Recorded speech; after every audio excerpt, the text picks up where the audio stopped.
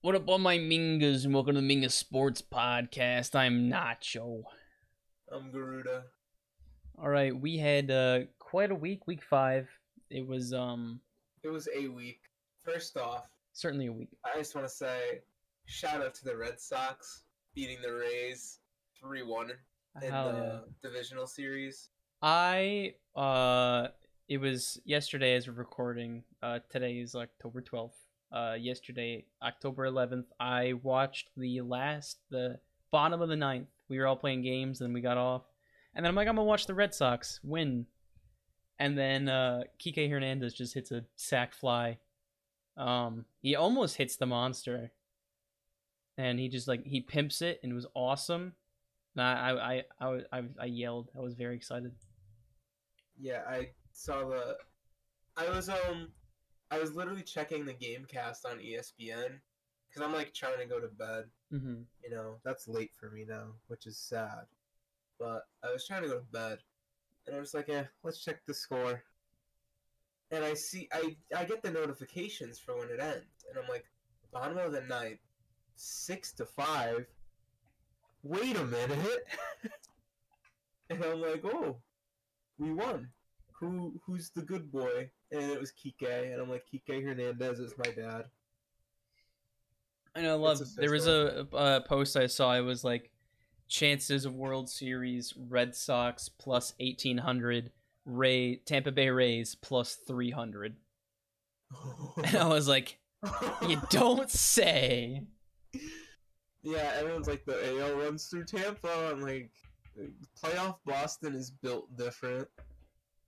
Like Actually, anytime Boston is in the playoffs, like there's always a chance that they have a deep run. They're a legit contender. and Kike said it last night. He was like, we're a good team. Oh, apparently in an interview, only Kike believed that they were going like deep in the postseason. And Really?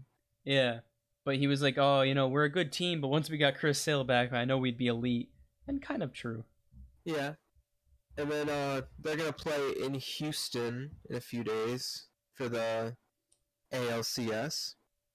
We're about to But dog some trash cans. I said at the beginning of the season, it's gonna be whoever comes out of the AL East will play whoever comes out of the NL West the um in the World Series.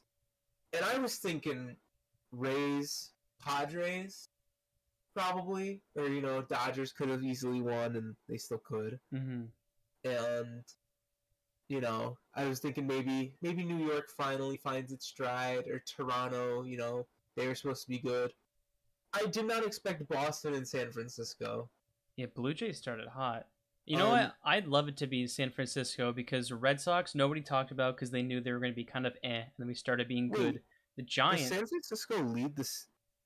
ESPN says San Fran leads the series. Didn't they? Aren't they they down in won. the They series? won last night. Oh, I thought they were down in the series. No, but I like how nobody really talked about the Giants, and then they started being really good. And I'd love for the two underdog teams to be Yeah, in the World Series. yeah. My dog's barking downstairs. I don't know if you can hear her, but I she'd can. be going off. But the Braves advance. They beat the Brewers I didn't like think that was gonna happen. 20 minutes ago. Oh, But coming to you live. yeah, the I don't know. I feel like that game was just filler to see who loses to whatever NL West team comes out. But the Giants Dodgers game's on right now. I might put that on after this podcast. San Francisco can win and go to the NLCS tonight.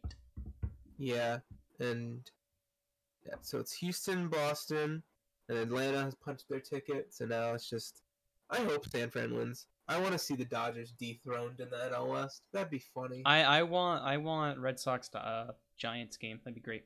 Red Sox Giants would be like, That's a good game or a good World because what is Series. it? Because what is it? The Giants won in 2012 and we won in 2013 or something like that, right? Um, I'm pretty sure that happened. But like both of our teams were really good at the beginning of the 2010s. So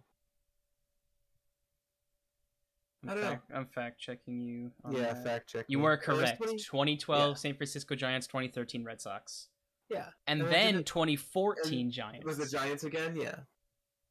Yeah, see, I know history. And 15 was the Royals? Royals. And then what? Cubs? 16 Cubs, 17 Astros, 18 Astros, Red Sox, Nats, Dodgers. Look at us. And then Red Sox again. Yes. Yeah, I think the Red Sox have a serious shot at a title, and I'm very excited for that because I will be going to that parade. Me too. Postseason Fenway is different. Yeah. I will be attending a World Series game if we're in Fenway. You think? Mm-hmm. You know how much those tickets cost? Mm-hmm. Even for right field bleachers? Mm-hmm. Damn, bro, I just dropped $1,000 on the PC. I don't know if I could do that. Maybe I'll go to an ALCS game in Fenway. Anyways, Maybe, we'll see. To the football, as we normally do, we start with our best and worst. Alright, I'll start with the best. That was Cleveland at the Chargers. This game was a shootout. I've been hyping up the Browns defense because they've been kind of carrying this team. And, you know, Baker, it came out that Baker had like a shoulder thing on his non-throwing arm. So they've just been monitoring that, and you know, it could go to why, you know, he hasn't been playing the best, why the Browns offense hasn't been doing great. And then this game happens. Browns 42, Chargers 47. Herbert has a fucking day. I think he had 5 touchdowns or something. Baker had a couple of touchdowns. Like, this was a shootout. And it wasn't game of the week, but it should have been. Yeah, Herbert had 4 touchdowns and 400 yards. Baker had 300 yards and 2 touchdowns. And the Browns are like I think the first team in the Super Bowl era to have over 500 offensive yards, 5 touchdowns, 0 turnovers, and lose a game.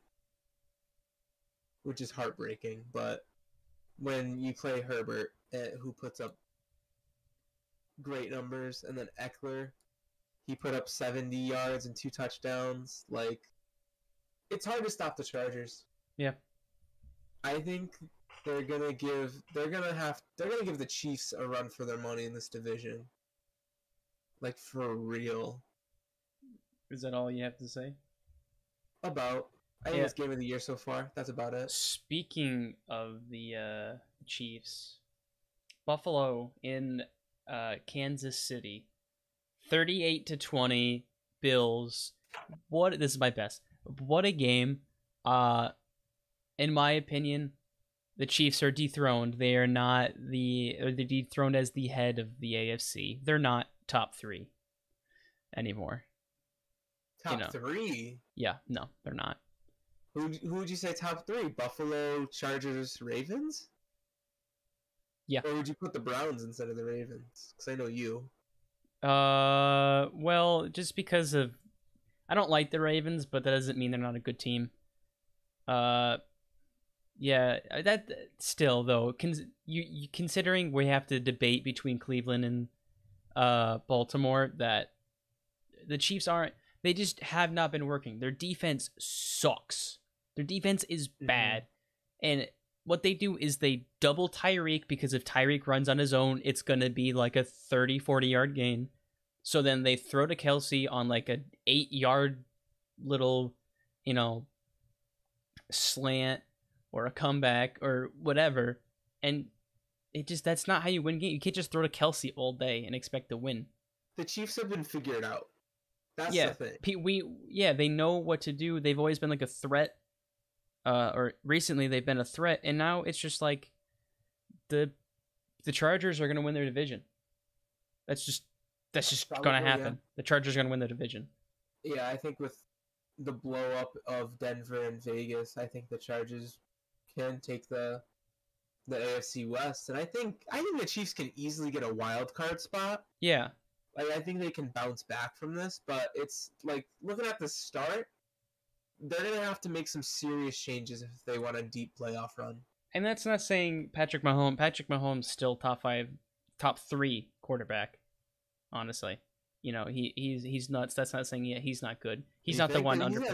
He has 6 picks on the year. That's really? the most. That's the most interceptions he's had in the past 3 years, and it's only been 5 games. I think in 2020 he had 5, and 2019 he had 4. I didn't know that. And through 5 weeks he has 6 picks.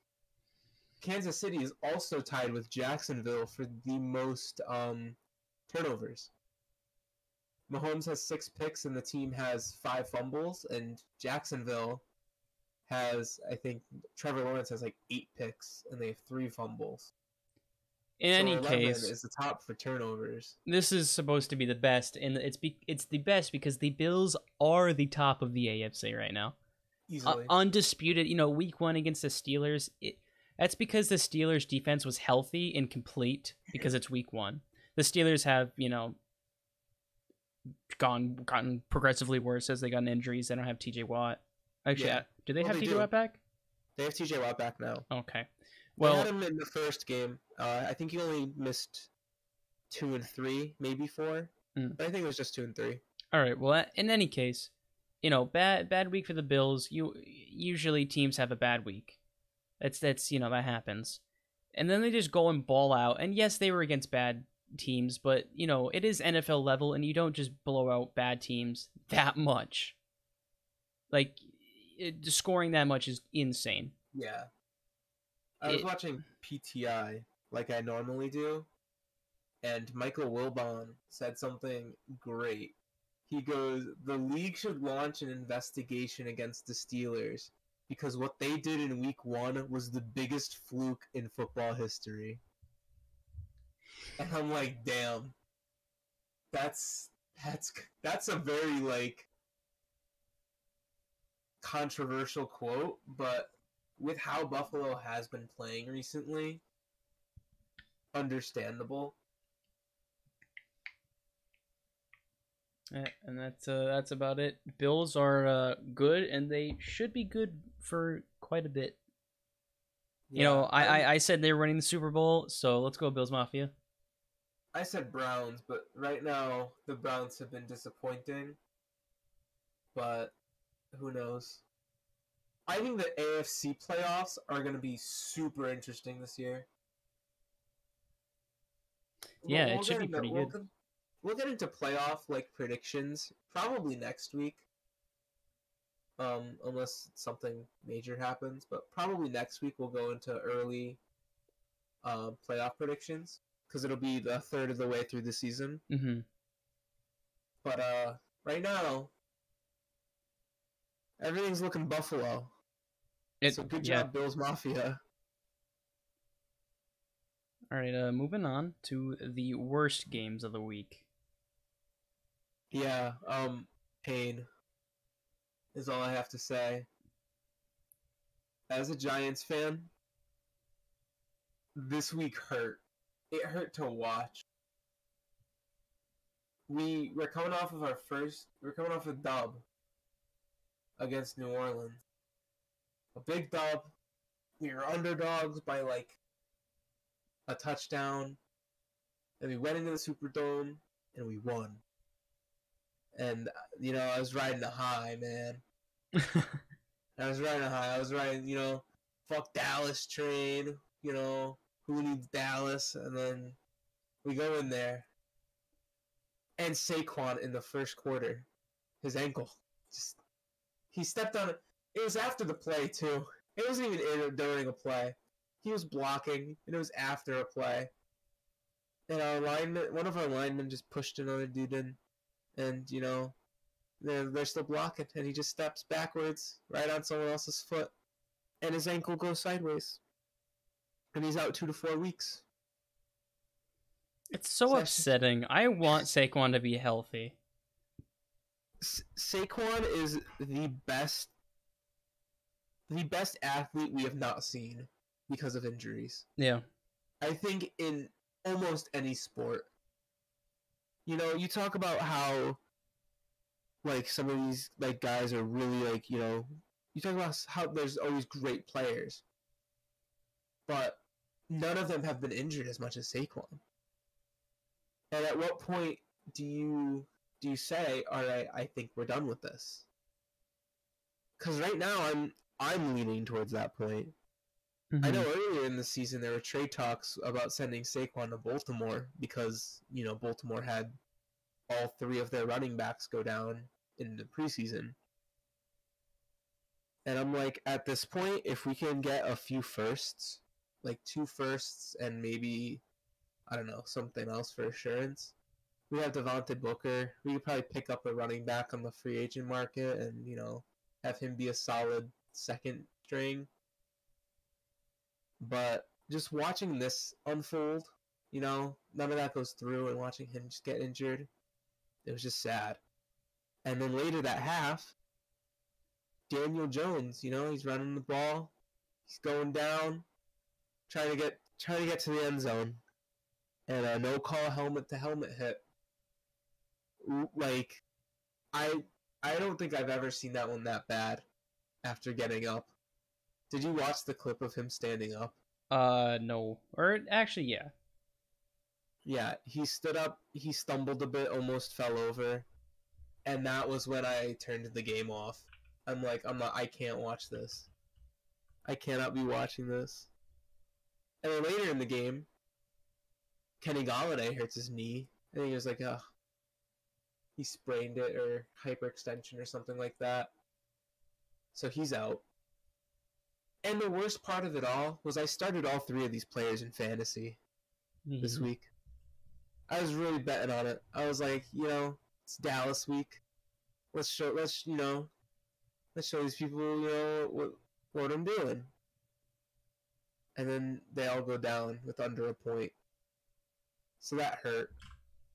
But there's so many injuries for the Giants. 8 out of our 11 starters from week 1 are currently out. It's so unfortunate to see a team, because, you know, like, haha, Giants bad because no more Eli. But, like, get some, you know, catch some luck. This is sad to watch. You never want to see, like, anyone go down. You never want to see a player go down. That's always, like, awful. Even if you're rooting against them, you may be thinking, like, okay, this game's winnable now, but, like, shit, that's, you know, that sucks for that guy. When your entire offense is just out, the only 3 remaining members are your weak side lineman and your tight end. Those are the only healthy players we have right now. It's just sad. But later in the game, Kadarius Toney threw a punch, so I guess that's funny. Oh. The league said they weren't gonna fine him or suspend him, which is good. But Dallas played everyone's like, oh, Dallas is playing a great game. They played a crippled team. Like, is it a win for them? Yeah. Is it a statement win? No. Trayvon Diggs got another pick. You know, he's a good cornerback. But you know, it's just Dak and Zeke ran over the fucking defense, and Mike Glennon couldn't really do much on offense with only Kadarius Toney and C.J. Board. And so that's my pain segment of the week. What a legendary quarterback. To add to more pain, Mike Glennon. Yeah. Mike Glennon has to go in there. You know, I'm just shocked Mike Glennon in that offense put up 20. I'm shocked. He's the GOAT. I don't want to hear it. He is a GOAT. Yeah, but to add to more pain, there's no good time to interrupt, but your mic is peaking constantly. Oh, is it? Yeah. Anyways, moving on to my worst game of the week, and it would have to be Vegas in Chicago. Or was it in Chicago? I don't know.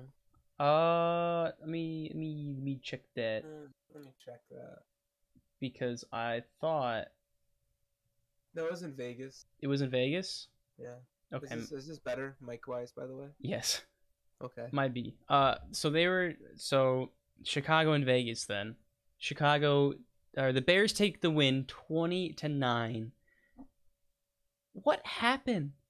The Raiders were supposed to be a top, like, Derek Carr is supposed to be like, a name in the MVP race. The most, I don't know if he does now, but I think last week he still had the most passing yards. And now I've seen a lot of people saying top 12 quarterback maybe. Like For Carr? yeah. Yeah. It wasn't his best performance. And then Justin Fields being put in, he didn't do bad. His throws look good. He was throwing on the run a lot. And sorry, I just saw Justin Fields QBR, and it is a 7, which is 32nd in the NFL. Nice. Well, he didn't play horrible. He still got the win, but Vegas, I thought this was like a statement year, and I guess this is a great time to bring it up. Josh Gruden, the Raiders head coach, has resigned after sending some emails with some misogynistic and racial insensitive comments. Yeah, there's no need for that. There's zero tolerance for that. Like, I think they were like in the past, right? They were from no earlier than 2009. Still, like though, it's still like you can't be doing that. It is completely inappropriate. I'm sure that you still had, I don't know how long he's been in the league, but I'm sure he was at least doing like college by then. He won a Super Bowl with the Bucks in 2002. Oh, like he was that coach. Amazing. You cannot be fucking doing that. That is completely unacceptable of you. I'm totally against cancel culture. Like, whatever someone said in the past, I'm like, maybe they've changed, but you gotta count on the person of who they are now. You shouldn't totally ridicule them. But from what I'm hearing, apparently he's always just like this all the time. And so I'm like, all right, fuck him. I hear the argument, it's the time period people grow up in. We're in a different time period now, and you really cannot be doing that. No, but I mean, like, how you're like brought up as a child and the influence that you keep with it. Even still, what is it? But still, grew up in the 80s is not really the age of, the racism. People really do that when like the 60s. You were brought up in the 60s in the South with the civil rights movement, and you're like against that. I mean, I guess it shouldn't be tolerable, but it's an excuse. But anything later than like the 70s everything should just be unacceptable. But like, when you're a public figure, when you're anyone, just don't be racist. 2011 to 2018 when the emails. I just looked it up. Or even later than I thought. Yeah, I think it's funny how this all unfolded because of the league is investigating the Washington football team. That's how this all got brought up, is that they're investigating the football team for I don't know what. Dan Snyder's a racist and misogynist too, but they're just, I guess everyone's okay with it because he has a lot of money and he owns the team. But I feel like with this investigation, they're gonna uncover something with Goodell. I've got a funny feeling about it. Heard it here first. I'm not saying Goodell's like a bad person, but I don't know. I feel like another bombshell is gonna be dropping soon on someone very important in the league. Yeah, but is this how tremendous is this for the Raiders? Oh, it's huge. this kills all, like, their momentum was already killed. This kills it even more. This buries it 6 feet under. You lost the locker room already. Whoever this new coach is going in almost blind. You know, he's got to learn all the playbook. He's got to learn all the players. He's got to learn everything about this organization with no one to help him. So I was thinking the Raiders were going to be good. They were going to be a playoff team. I thought they were too. I thought they were going to have a good playoff run. They got 2 losses. They had to fire their head coach because of off-field problems. I think he resigned. He got fired. There's, like, they offered him, you can get fired or you can resign. And he chose to resign. They have a new head coach, Rich Bizakia. I don't know if I'm pronouncing that right. He's been an assistant coach with the Cowboys, Chargers, and Buccaneers. The San Diego Chargers. Hi. He is a special teams coach.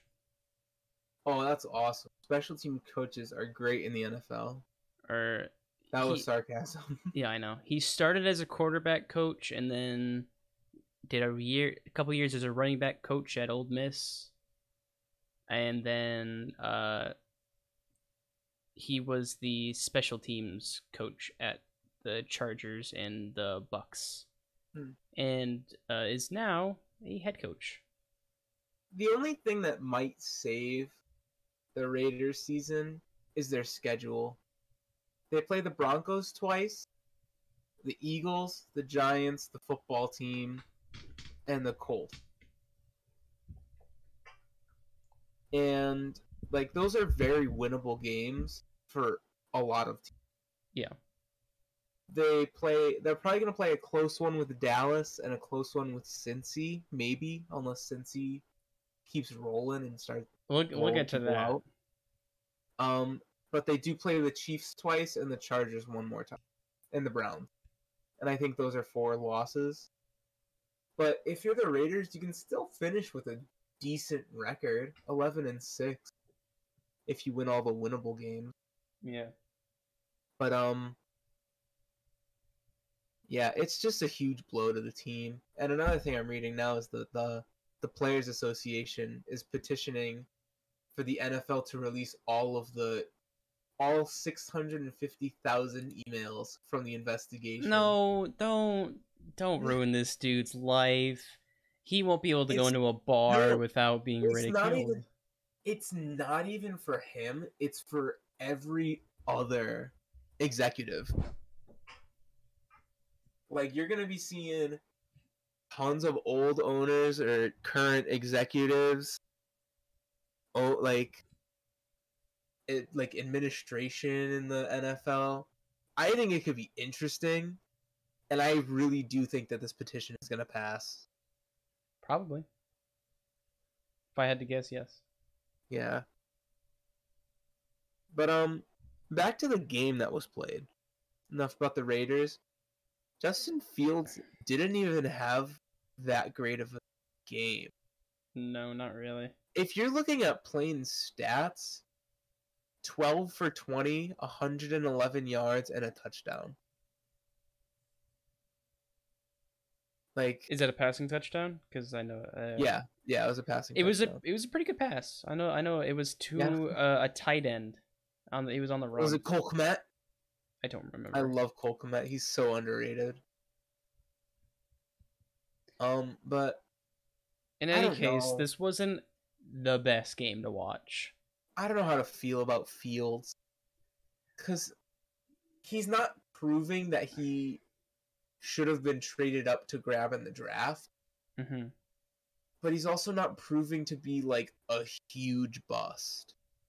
Like, Trevor Lawrence is busting now more than him. Well, we'll get to that one later. Yeah.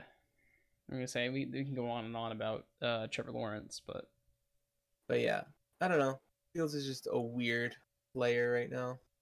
But I'm also under the thing where don't start rookies unless you have to, or unless you're Belichick. Unless you have to, yeah, I would say.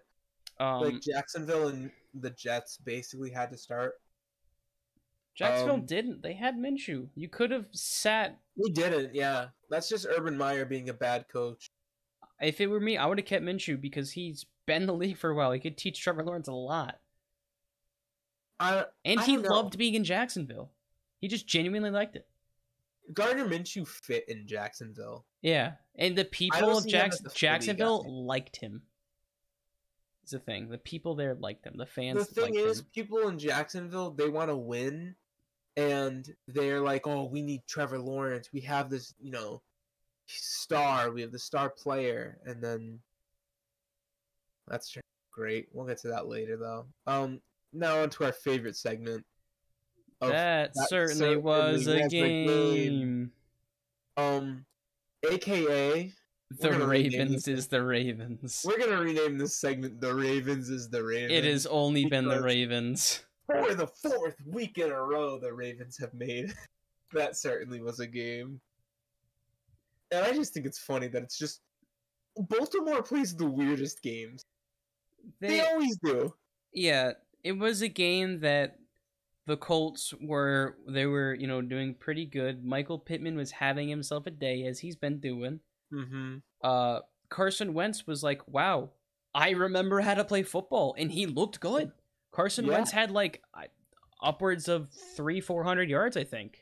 Pittman got me 21 points in fantasy, even though it didn't matter. But he got me 21 in fantasy, so that's good.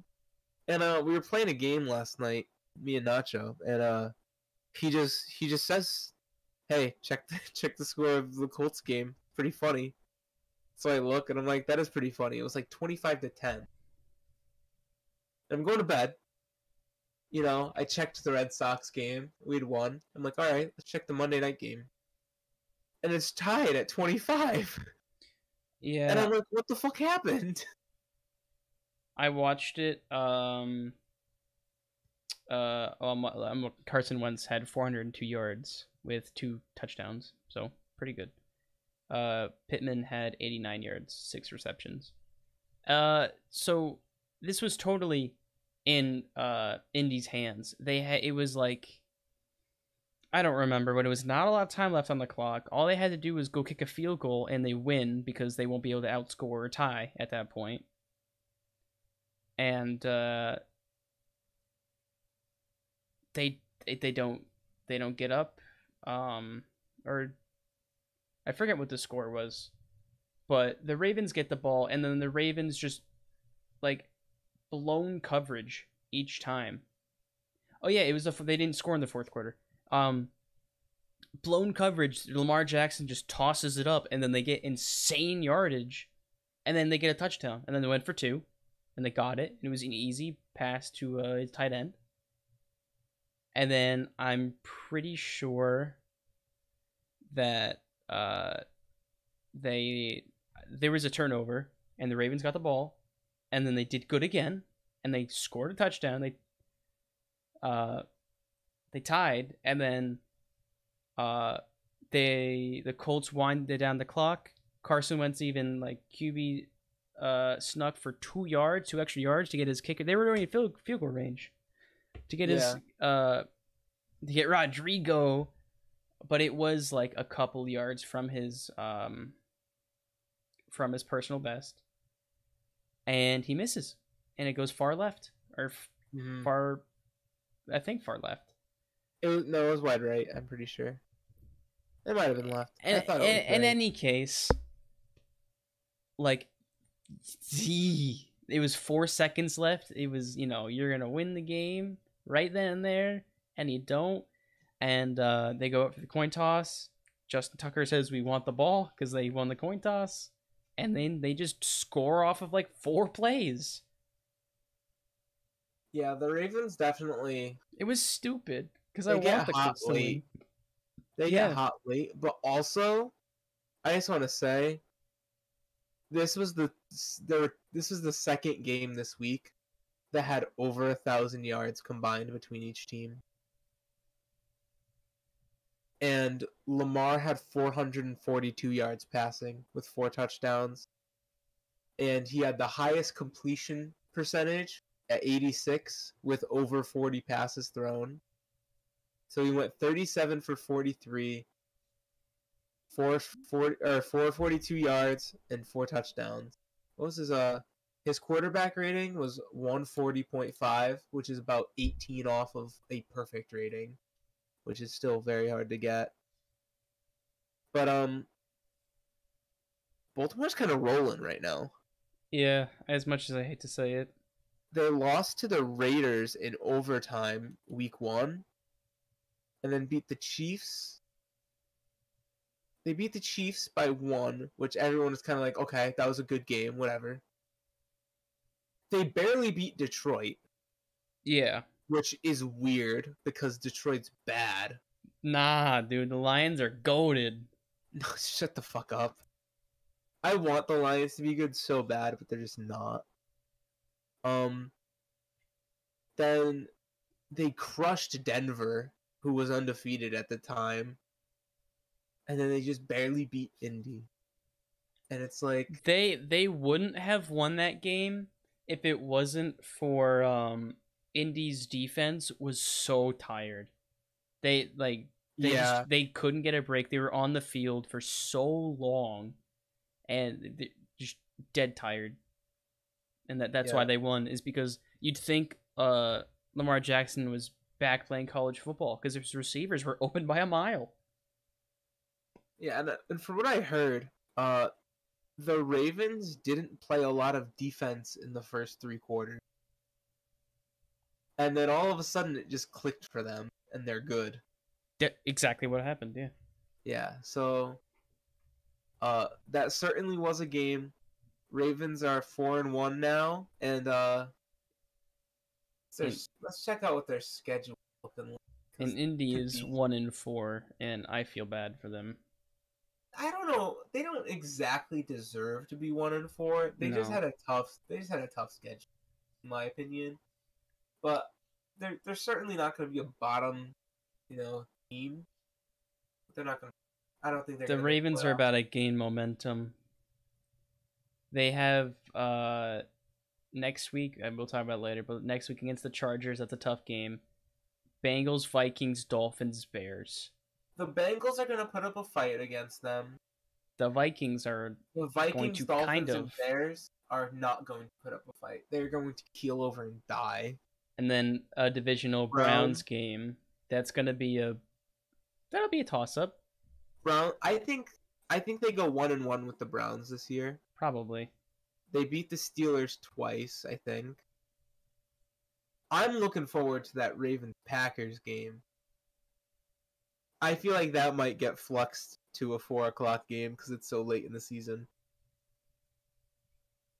But they play the Bengals again, which is again they're gonna put up a fight. The Rams, tough opponent, and the Steelers again, who they beat. But the way the Ravens are playing, they could probably win the division. I think they can go 12-5 and win the division. I think 12-5 is probably their right now, looking at their schedule, 12-5 is their worst case to me. Maybe 11-6 if they drop a gimme game. I think they make a 1-1 the Bengals, honestly. Yeah, the Bengals are gonna. I don't think they'll win, but they'll definitely put up a tough fight. That's how they've just been playing recently. But yeah. Let's go to some other games. So on Thursday night, the Rams played in Seattle, and boy was this a game. I almost put this for that certainly was a game. Yeah. And then Monday night happened, and I'm like, nah. It's so upsetting. Russ is injured. Yeah, Russ had something done with his finger. I saw it. I don't know if he threw the ball. I don't remember, but his arm went in a throwing motion into a lineman. I don't remember if it was Aaron Donald, but right into a lineman's arm and then just destroyed his finger. It looked gross on the replay. Yeah, so this This is the first time Russell Wilson is missing a game due to injury. Missing a game at all. Yeah. He hasn't. Like in his career. He hasn't missed a game. He hasn't missed a game since 2012. And he has a chance to return in 4 weeks. And that's like his time frame. And I think this is probably the best 4-week stretch they can go without Russ. Because they play the Steelers, the Saints, the Jaguars, and then they have a bye week. Ooh, no, but the Saints will be on track to that should be LASIK Jameis week. Oh yeah. They keep going 1 for 1. So next week whoever the Saints go against is an easy game. Yeah. But never mind. Yeah. Oh wait, no, never mind. I read for this week. No, who is this week? The Saints have a bye this week. Oh, they do? I gotta put the byes down. Oh wait, does that I'll put the byes at the top. Does that carry over, or does the bye week count as a 19 Jameis? I guess we'll find out when the Seahawks play the because Saints. if it doesn't count, if it does count, the Seahawks are fucked. If it doesn't count, then we'll have to find out in week 7. Well, see you there. But yeah, I think it's the best 4-week stretch that they can miss him. But he will be on the sidelines. I think they're giving him a playbook. Ooh. And I think Russ might be calling the offense, which I like that. I like that as well. That is great. I actually genuinely love that. I didn't know that. That's awesome. I like when teams do that. When a player goes down to injury or they get sat, and they're a good player, they give them a headset and they say, start calling plays. The Giants did this with Eli in his final season when Dan Jones started taking over. They gave him a headset. He was coaching he was coaching Dan through it. He was calling some plays for him. And I thought it was a great way for Eli to go out. And it's a great way if someone wants to get into coaching, especially. Yeah. Well, Eli is part of the Giants org. I think he's like a fan, whatever. He's like a fan ambassador or something. Mm-hmm. Which is a fake job, but it keeps him in. It keeps him in the org. But yeah, you're not playing any divisional games, and you're playing teams that that have clear weak points. So I think that Seattle could be fine without him. Like best case they go 3-0. Luckily they have that bye. Yeah. I think worst case they go 1-2. Drop it to the Steelers and the Saints. They beat Jacksonville. There's no way they lose that game, right? No, there's absolutely no way. Yeah. So it sucks for him, but Matthew Stafford kind of popped off. Robert Woods definitely popped off for me in fantasy. Yeah, like Stafford went 25 for 37, 365 yards, touchdown and a pick. And Robert Woods 12 receptions for 150 yards. So that was nice. A nice 27 points to start out Thursday, and then Sunday happened. And I cried. But besides the point, there was a London game this week too. There was, and it wasn't a Jacksonville game. Did you watch the London game this week? I watched the fourth quarter, like the most of the fourth quarter. I woke up and it was halftime. I went out to breakfast.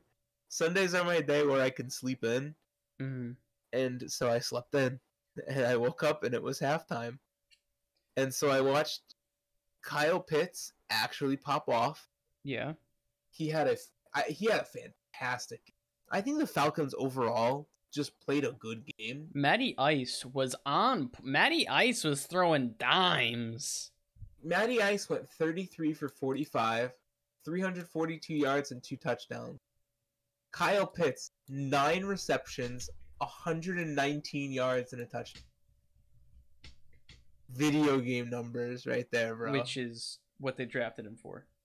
And the Falcons almost blew a lead again as well. They did. The Jets were down 17-20, or I don't know if it was 17-27, but it was 17-20. It was 17-20, and then the Falcons scored and it dipped it a bit. In any case, and then it was 17-27, and then they kicked a field goal, and it ended 27-20. Yeah, they went to score a touchdown and they just couldn't, so they had to kick the field goal, which they needed to do anyways, and then they couldn't score, and it was bad. It was just the Jets are bad. Jets are a bad team. Yeah, the Jets kicked a field goal with 17 seconds left, and then tried the onside kick. And it was a bad onside kick. Oh, it was probably one of the worst onside kicks I've seen, but it was an onside kick. The field goal was fair. I didn't want them to kick it because, you'd always want to get the touchdown first. You're down by 10, you need that onside anyways. If you get the touchdown first, you're going in with a lot of momentum. But they were at like a 4th and 12 situation. Like a 4th and very long. So I don't blame them for going for the field goal. It's just, it is what it is. The Jets aren't great. Zach Wilson had an okay game, 19 for 32, 192 he's yards. Getting better. Zach Wilson is so good. He's such a good athlete because he can run around. He can run out of the pocket and throw it on the run like it's nothing. Like he's standing and someone's 10 feet ahead of him. There's no question about that. It's just the question about his quarterback knowledge and how smart he is and how the right decisions to make, and that's where he needs improvement. Because the average Mac Jones fan saying this. What? Hey, Mac, it's such a Mac Jones fan 4.0 GPA. I don't want to hear shit. I don't care if I was at Bama. Kid's smart. I'm gonna look up Dan Jones Duke GPA. I'm curious about this, actually. Let me look it up. You can keep talking. Anyway, so, and I mean, he's stuck in the Jets organization, so he's probably not going to get much better. I mean, you see what happened to Sam Darnold, and he went from normal bad Jets quarterback to good, and I had every Jets fan upset. And Zach Wilson is just going to need a lot of time, and I do not think they should have just given Sam Darnold away. I mean, good for him, and I love how Sam Darnold is doing great, but Zach Wilson really needed to learn under somebody, because having 3 quarterbacks and not one of them taking an NFL snap is a horrible decision, and it shouldn't work out for you, and it's not, for good reason. Dan Jones won MVP of the Reese's Senior Bowl. Nice. This is the information I like to see. What about it? What's his GPA? I don't know. I can't find. I'm looking. I can't find it.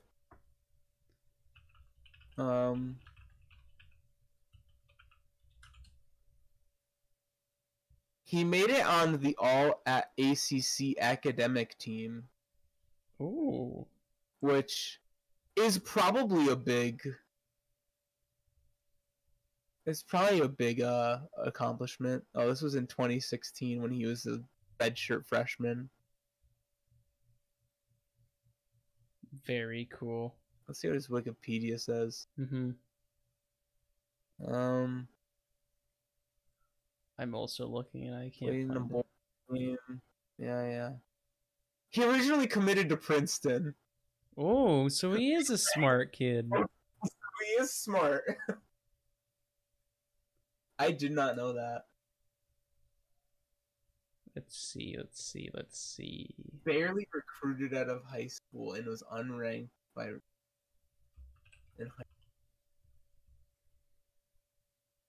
He had 7,000 passing yards and 100 touchdowns in high school. That's kind of insane. Man, I just want to know this kid's GPA. Yeah, me too. What the hell? In any case, that was the London game. Usually it's a Jacksonville game, which It's next week. This week's the Jacksonville London game. wait, there's another one. Yeah, there's another London game. Ah, This is the Jacksonville London game. There's usually two. I think it's usually the Chargers though, but the Chargers are good this year, so they're not going to send good teams to London. Starting with our 1 o'clock games, Green Bay in Cincinnati. I watched this whole thing. They need to hire a new kicker. I watched this whole thing. I laughed. Jesus Christ, did they have so many opportunities to win? I'm pretty sure it was like a couple seconds left to, till the end of the game, and the Bengals had the ball kicking a field goal, and they just didn't make it. And it's like, Jesus, guys, what are you doing? It was such a good game until the last 3 minutes of regulation. Mm-hmm. It was just so weird. They were playing so close. It was 16-14 at half. Every time since he scored first, Green Bay scored right after, and then Green Bay scored again. Since he scored again, and it was like, all right, this is a close game. And then the final 2 minutes, what the fuck? The last 7. Here are the last 7. The last 7 drives. Missed field goal, missed field goal, missed field goal. End of quarter 4. In the last 2 minutes of regulation, there were 3 missed field goals. Overtime starts. Bengals get the ball. The first play, Burrow throws the ugliest interception I've ever seen. Pull up the highlights right now while I keep talking for this Bengals-Packers game. Skip to the end. Skip to the beginning of overtime. The first play in overtime was the ugliest interception I've ever seen by Burrow, by anyone, and Burrow threw it. And then after that, missed field goal. And then finally Mason Crosby hits a field goal. And a lot of people were skeptical about having him go out and kick it. It was like a 37-yarder. And people were like, oh, I don't know, maybe they should just go for it on this one. Because it was like 2 minutes left or something. And he made it. So congrats, Green Bay. You won the field goal battle. You made a field goal. What the fuck, Joe Burrow? Jesus Christ! Take his Heisman away! Oh my god, that's so bad!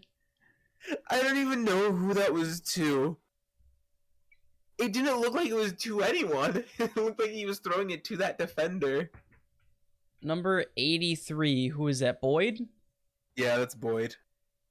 Golly, throw it out at that point. Yeah, you see why I wanted you to watch that? Yeah, I keep rewatching it. As soon as it left his fingertips, he starts running. The ball has not been caught, and he's running towards the ball. Oh, that's so bad. That is so bad. The ugliest interception I've ever seen. But yeah, the Packers made a field goal and won it.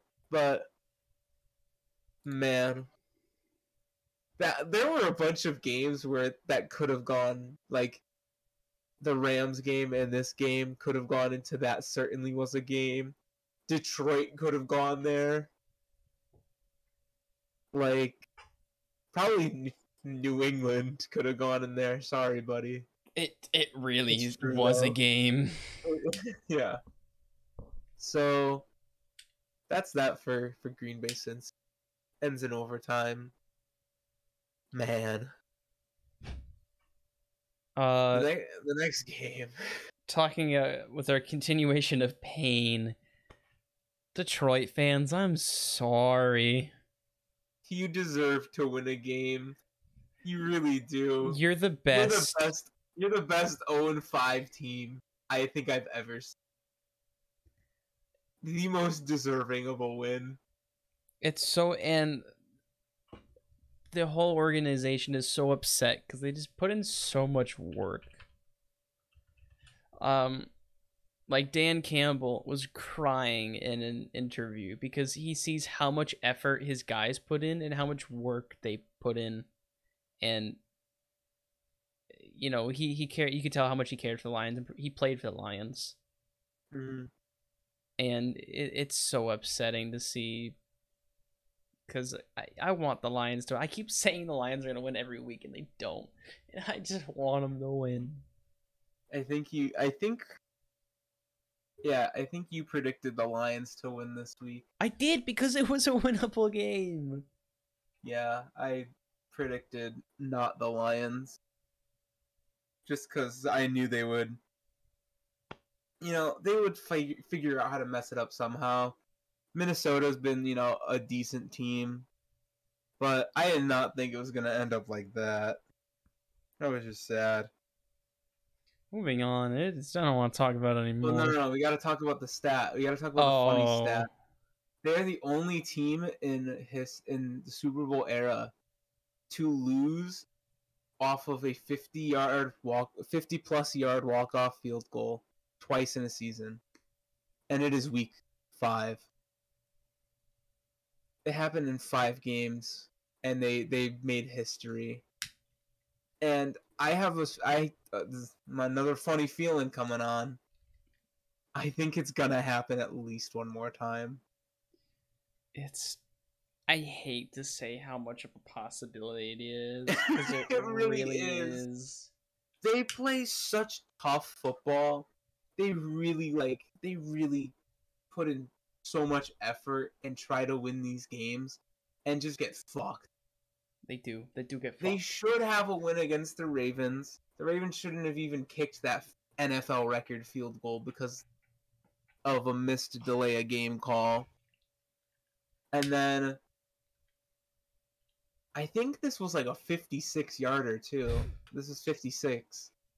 And Greg Joseph had previously missed a 51-yarder to walk it off against, was it the Bengals he missed it against? Or like the Cardinals? Do not remember. I don't remember, but it's just sad. Moving on, the next game. I like this game. You like this game? Do you like it for this bottom bullet point that I have? Yeah. I figured. Denver in Pittsburgh. Pittsburgh wins the game because Denver sucks. They were 3-0 against dog shit teams. Sorry. But yeah, no, you're right. Don't be sorry, you're correct. And then it was like, last week was a real telling how they're supposed to be elite defense goes against the Ravens. A declining, and then they shit the bed. Oh, I thought you were gonna talk about the Steelers, and then I had Denver winning this game. I think I did too. No, you had Pitt. Did I? You had Pitt winning this game. Oh, because last week I said Denver was dog shit and that Pittsburgh will find a way. Yeah. This game and the Detroit game canceled each other out. And then I think I bet on Cincy and you bet on Washington. And that canceled each other out. And that's why we have the same prediction. I said the football team would win? Yeah, you picked Washington last week. What a dumbass. We'll get to that later. But, Ben had a decent game. 15 for 25, 253 yards, 2 touchdowns, no picks. Denver just could not get the running game going. Which I would have assumed they worked on because, Teddy Bridgewater, we didn't even know if he was going to play on Sunday morning because he was in some protocol. I don't know if it was concussion. Give us Drew Lock, please. We want Drew Lock. I want Drew Lock. Yeah. But so your quarterback has been playing while injured I would assume you'd lean on the running game more, and they just did not. He dropped back to pass a lot and was unsuccessful a few times. Drew Lock wouldn't have been. Like Bridgewater, he went 24 for 38. You ever a quarterback coming off an injury throw 38 passes? He had 2 touchdowns and a pick and 280 yards. But like still. Come on, Denver. You gotta play better than that. We hate Peyton Manning. Shut up. Najee Harris had a game though. 122 yards and a touchdown out of 23 carries. Pretty good numbers. But there was a loss for Pittsburgh. Well, I mean, no, it's a loss for Pittsburgh. It is. It's a loss. Juju Smith-Schuster is out for the season. Purportedly out for the season. It's a shoulder injury, right? Dislocated shoulder, I think. Pretty sure it's a shoulder. Just say yeah. Yeah, it is a dislocated shoulder. Yeah.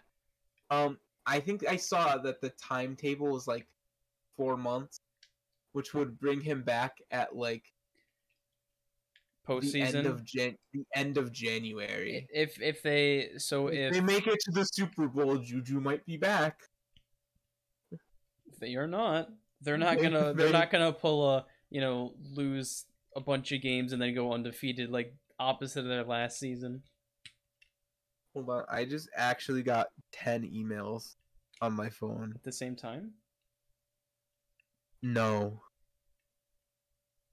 Oh. No, not at the same time. Technically at the same time, but not at the same time. Oh, okay. It just caught me off guard. You can go ahead. Yeah. But I saw a meme. I was like maturing is realizing that Antonio Brown is right, that Juju is nothing without him, and Big Ben is eh. And Juju has been nothing without Antonio Brown, and Big Ben he's declining. I mean, Big Ben has never been. He's never been like the top of the league. Yeah. Like for quarterbacks, he sort of has been. The 04 quarterbacks are all the same. You can put them in there, and they will be franchise guys, like Phillip Rivers, Eli Manning, and Big Ben. You can put them in there, and they will be franchise guys. They will never put up great stats. They will never put up, like, great runs unless you're Eli Manning. And a better... Ben has 2 rings, too. He does. So I was going to say, in a better system, they'd have rings. Poor Phillip Rivers. I wish he had a ring. I love that guy. I wish he had a ring, too. The 2010... He should have won it in 2010.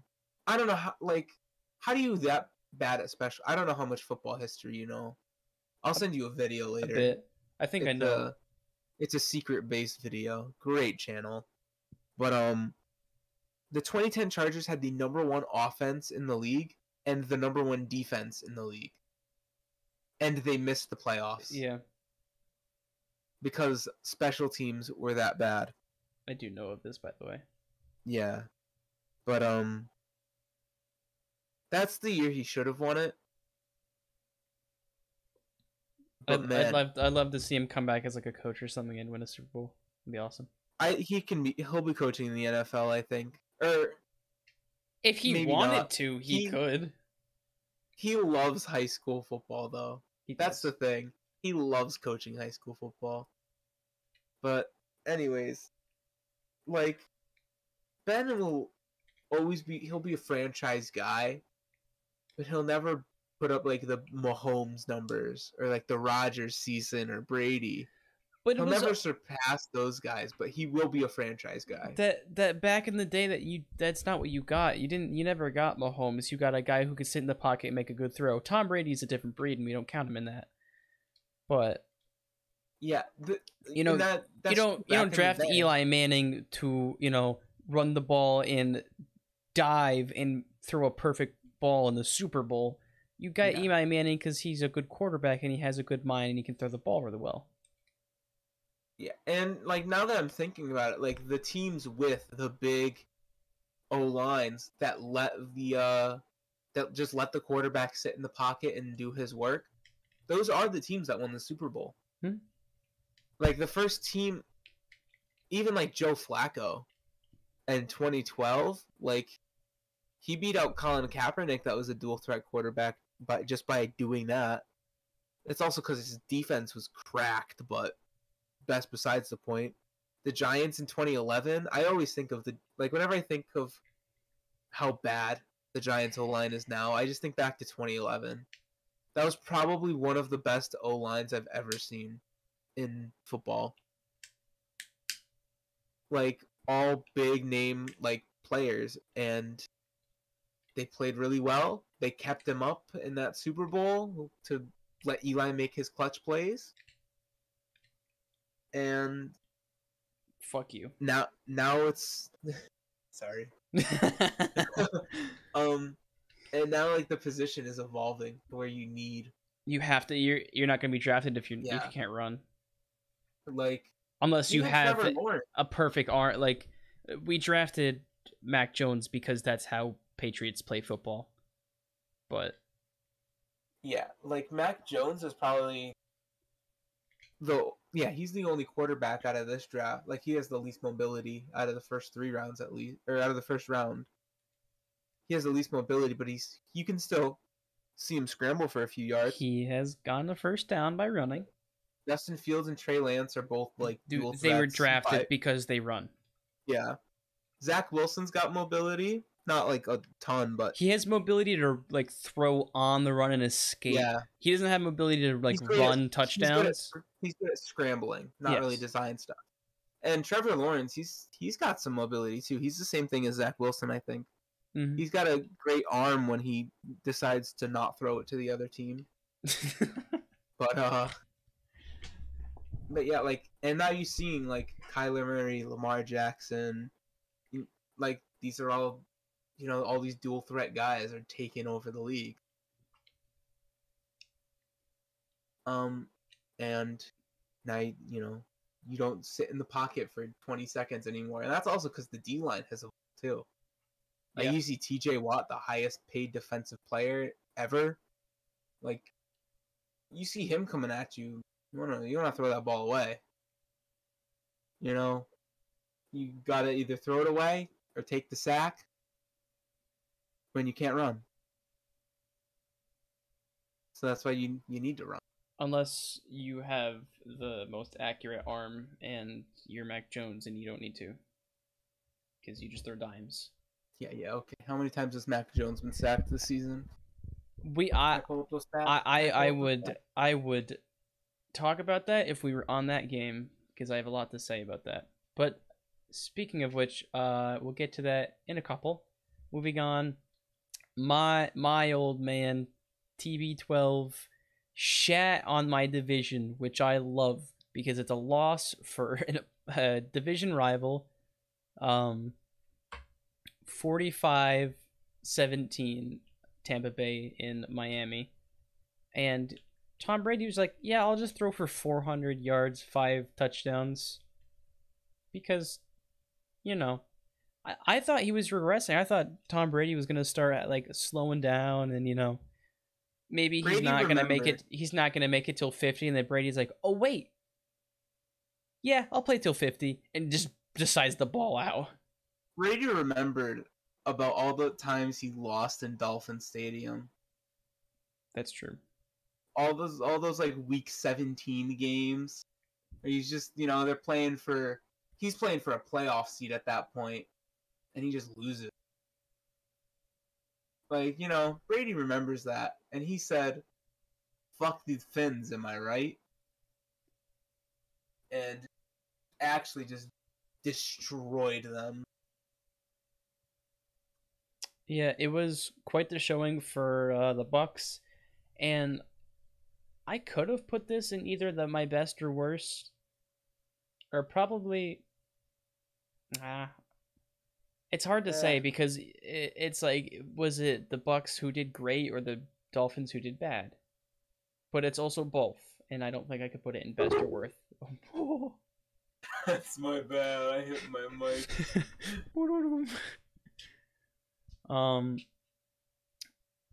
But this could have been, certainly was a game because, again, Bucks did really great, Dolphins did really bad, and they don't have Tua. Jacoby Brissett pulled a hammy, so that's not great. Who do they have on their depth chart? Oh, let's check that out because I remember it was someone obscure. I had never heard of this guy before. I'm sure. I'm very curious to see who is. It was Reed Sinet? Who the fuck are you? Who the fuck is this guy? I don't know. Let's check his career. His little smile. He's from San Diego. Wait, that's not even San Diego State. That's just San Diego.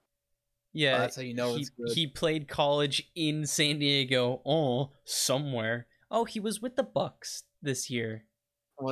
This year? Apparently, yeah. I'm gonna guess he was an undrafted free agent because I don't know who he is. This is his first season. Undrafted. He was an undrafted free agent. The Bucks picked him up, and then he was waived with final roster cuts, and then the Dolphins picked him up. Wow. Damn, that sucks. And don't know. He only started his senior year in high school. Oh, that's awesome. How do you make it to the NFL? His only starting year in high school was his senior year, 2,202 yards, 16 touchdowns. Yeah, he is on a rookie minimum 1-year deal right now. He had an offer from Penn State. Oh, no. My bad. He had an offer from Penn Quakers football program. Penn Quakers College. It's an Ivy League. Nice. Or no, the University of Pennsylvania in Philadelphia is what it is. And their mascot is the Quakers. Cool. And he decided to enroll in San Diego. And mind you, on Wikipedia, here we go. San Diego Toreros football team. University of San Diego. Nice. Good for him. Nice. Yeah, that's not good. If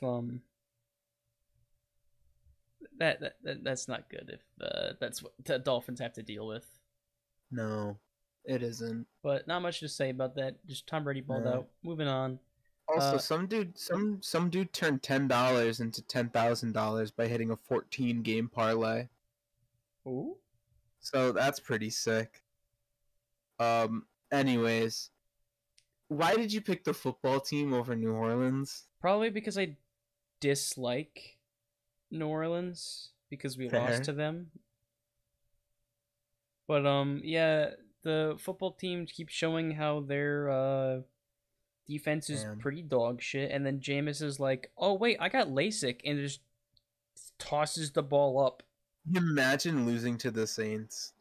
Could not be me. He just tosses the ball up, and then his receivers catch it for touchdowns. And on the other side of the ball, Heineke gets 2 interceptions. Yeah, I watched the highlights for this game. Heineke did not look great. He looked well below average. But I don't know. It was just a weird game. Jameis played by drive. It wasn't, we've been talking about how he plays each game, weird. He plays like LASIK or 2019 Jameis. Mm-hmm. He played each drive kind of like that.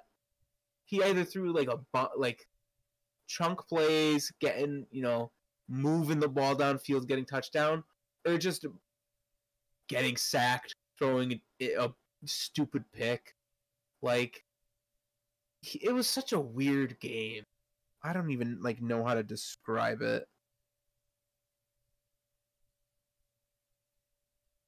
That's all I gotta say about it. Uh, there's not much to say about this game either. You know, LASIK Jameis can do good, and the football team sucks. I have something from Adam Schefter that I want to add in.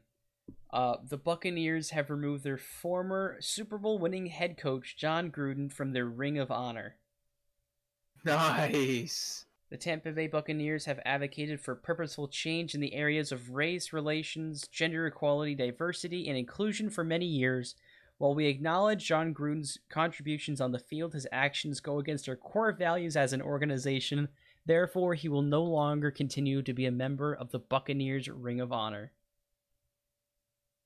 Damn, their first Super Bowl winning coach, and then he just had to say something racist. Just had to. He did. And I don't like that guy. No, I'm not a huge fan of him. I liked his style of like coaching too. Like he's another dude who's like, let's play fucking hard-nosed football, win in the trenches, and we'll, the rest will smooth itself out. It sucks when guys like this, people you could add this to the I mean they're not included at all, but Deshaun Watson, great football player, not talking about what his off the field stuff, but he's a great football player, and then you add his on the field or off the field stuff and you're like, what the hell? And it sucks because it ruins these guys' careers because they're just stupid. You're in such a high position that you've worked so hard for, and that, a lot of people talk about it's not a privilege. You work hard and you earn your spot, and then you're stupid and you ruin it. Like, what is wrong with you? Yeah, a lot. It upsets me so much. I stutter. I can't find the words. It upsets me. All right. Yeah, it's whatever. Moving on. Back to the football team. Oh, the Washington defense did not play good. They haven't. They're supposed to be some elite team, and they're just dog shit. They haven't played good in a while, and like everyone's been hype on them because their front four is like, oh, so good. And it is. But when they can't get through, because teams have already figured that out, that you got to get the ball out quick. Like, it's not... You can't hype it up that much. And I think Chase Young is regressing this year as well. Obviously, it's hard to keep up with, Rookie of the Year stats, but I don't even know what he has put up this year. Let's see. He has 1 sack, 1 fumble. Or no, he had a sack and fumble in this game. All right, let's see regular season. Regular season, he has 16 tackles, 1 sack, 1 fumble. 1 pass defended. That's it. Yeah, when you think about defenders this season, Chase Young does not come up in your mind. No. Chase Young definitely does not come up. He's one of like the last people you think of. Even on this team, I don't think of Chase Young as the first defensive player. I would think of like Deron Payne or Jonathan Allen, because they've been putting in a lot more, or Montez Sweat. They've been putting a lot more work. Even Janoris Jenkins. Is it Jenkins? No, it's Landon Collins. That's the one, I think.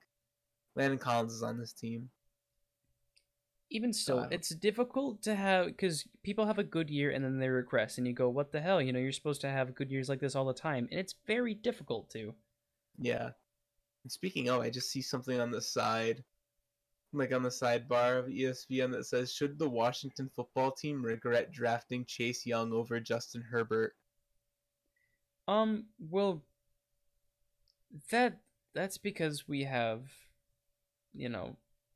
future knowledge of what happened. Yeah, I wouldn't have drafted Justin Herbert in the moment either. Justin Herbert was expected to, sit on the bench for at least half a year. like minimum. And then someone on the Chargers just said, "Yo, what if we stabbed him in the lung? What if we stabbed Tyrod Taylor in the lung? Let this rookie play out, huh?" Someone And said, then "Whoopsies." he won some games. It was crazy. But yeah. Anyways, moving on. Philly at Carolina, 21-18. Philly takes the win. Which I did not expect. I did not expect. We both predicted Carolina for this game, by the way. Because they've been doing great. Yep. Darnold threw 3 picks. Is that a problem? I don't think you can base problems like that off of a week. So it is a cause for concern, but I don't think it is a cause for panic. I think it could be a cause for panic because when you think about the team that they are playing, you're at home, you're against the Eagles, who are running a second-year quarterback with a team of like young receivers who aren't great and Miles Sanders. And you're facing a defense who I think they were without Fletcher Cox or Brandon Graham, one of their like their top defenders. And you throw 3 picks, and like all of it's last minute too. People, again, I don't think it could be cause for too much concern because people have off days. You know, you think of week 1, Aaron Rodgers was dog shit, and he was supposed to win that game. You know, I think you got to give. That's why I say if he does the same thing next week, panic. That's not great, Panthers fans. But 1 week, people have bad weeks. It happens. It's going to happen. And you know, I don't think it's obviously not great, but we gotta just wait it out a little bit. It'll hopefully work itself out. Yeah, Sam Darnold only threw for 177 yards and a touchdown. He finished with a 44.5 passer rating, which is not good.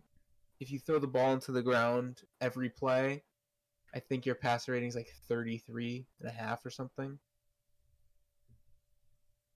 But yeah, like he threw half of his picks in this game. He has 6 touchdowns, 6 picks this season. He threw for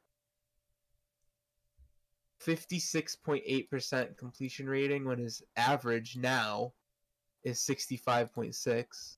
So that probably brought it down by a lot. Mm-hmm. But you lose against 2 NFC East opponents. And he played a decent game against Dallas. But another 2 picks there. That's the thing. 2 picks there. He had 300 yards and 2 touchdowns, 2 picks.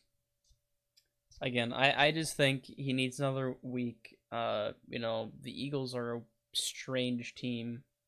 They have hints of being good and flashes of being dog shit. They're like the Saints, basically. Yeah. If Jameis was a team. If Jameis was a team, it's the Eagles. Yeah, and we'll get into their matchup this week later.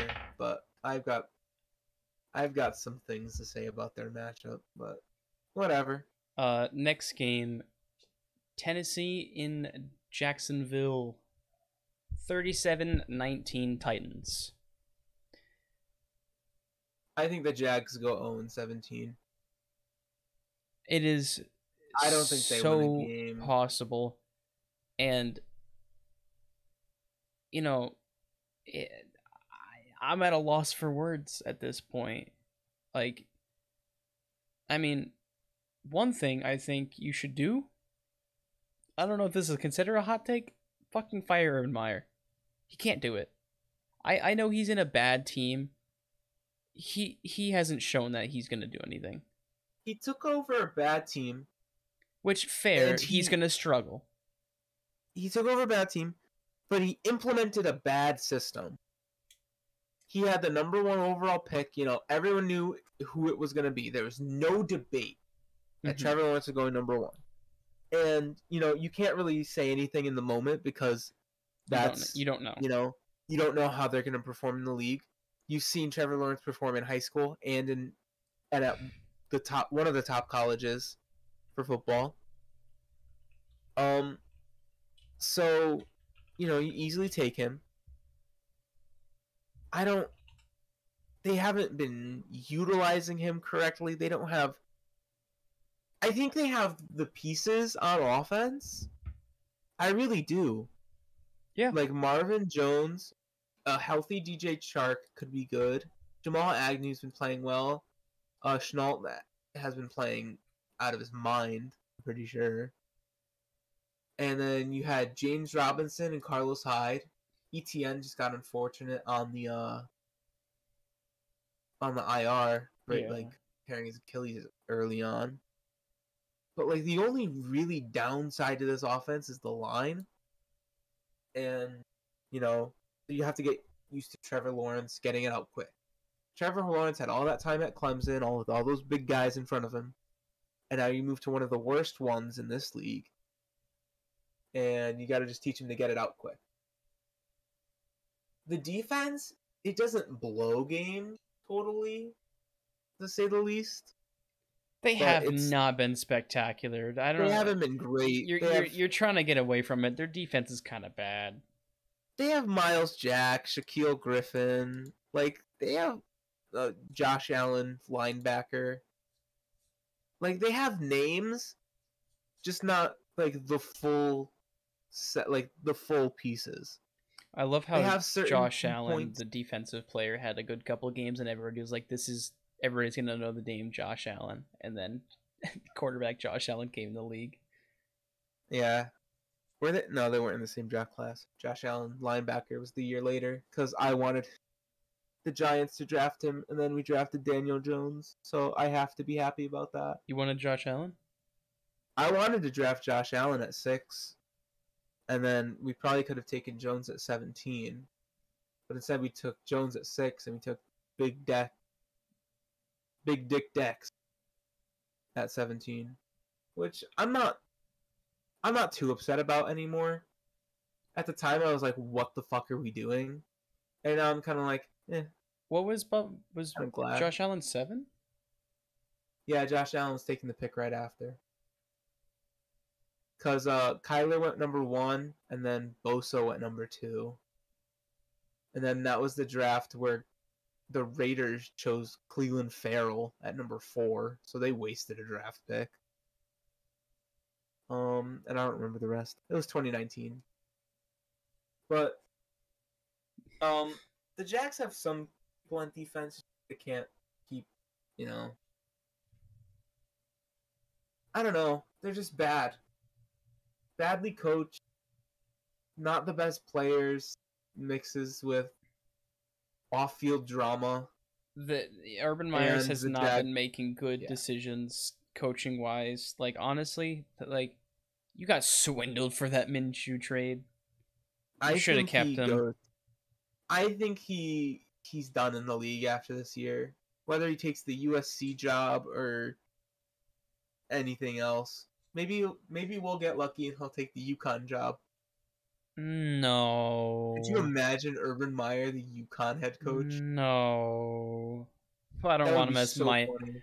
Then I'd have to email him saying, "Hey, Mr. Urban Meyer, can I walk on to your team?" I hate that.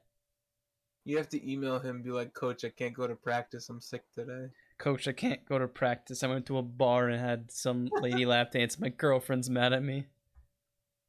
Yeah. Oh, did you see that Urban Meyer's wife got off Twitter? Well, no? I'll take that as a no. She tweeted something, but she's like, "I'm done with Twitter." Because everybody was tweeting at her, I bet. Her Twitter must have been blowing up. Oh, yeah. And she's like, I hate all the negative things people are saying about, everything going on. And I'm like, yeah, because your husband's an asshole. But yeah, she's off Twitter now. Alright, next game. You want to talk about this one? Yeah. I watched the entirety of this game. You watched the whole game? I feel so bad. I feel worse now. I felt bad, now I feel worse.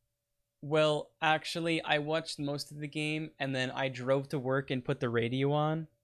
And then when I got to work early, so I was sitting in the parking lot watching the rest of the game on my phone. And, okay, first off, we were missing 4 starting offensive linemen because they were injured. 4 starting offensive linemen were out. Mac Jones only got sacked once though. Yeah, but we were talking about sacks earlier. How many times do you think Mac Jones has been sacked this season? 6? 11. Really?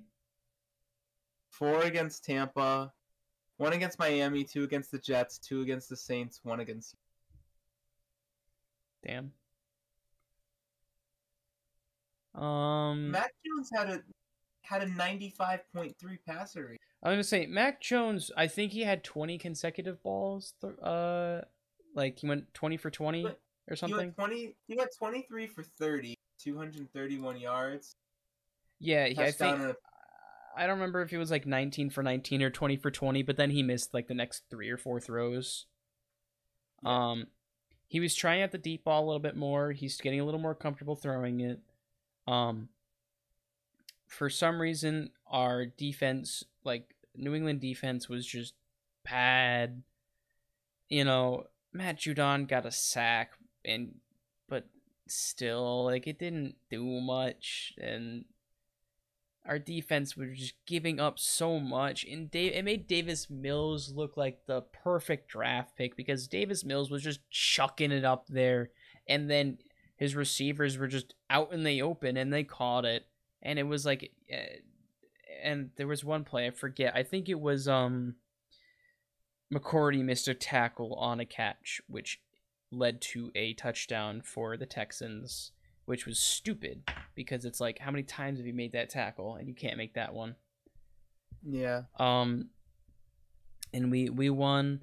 Well, also, we missed a extra. Yeah, the first 2. The Texans went down and scored, and then the Patriots went down and scored, and they both missed their field goals.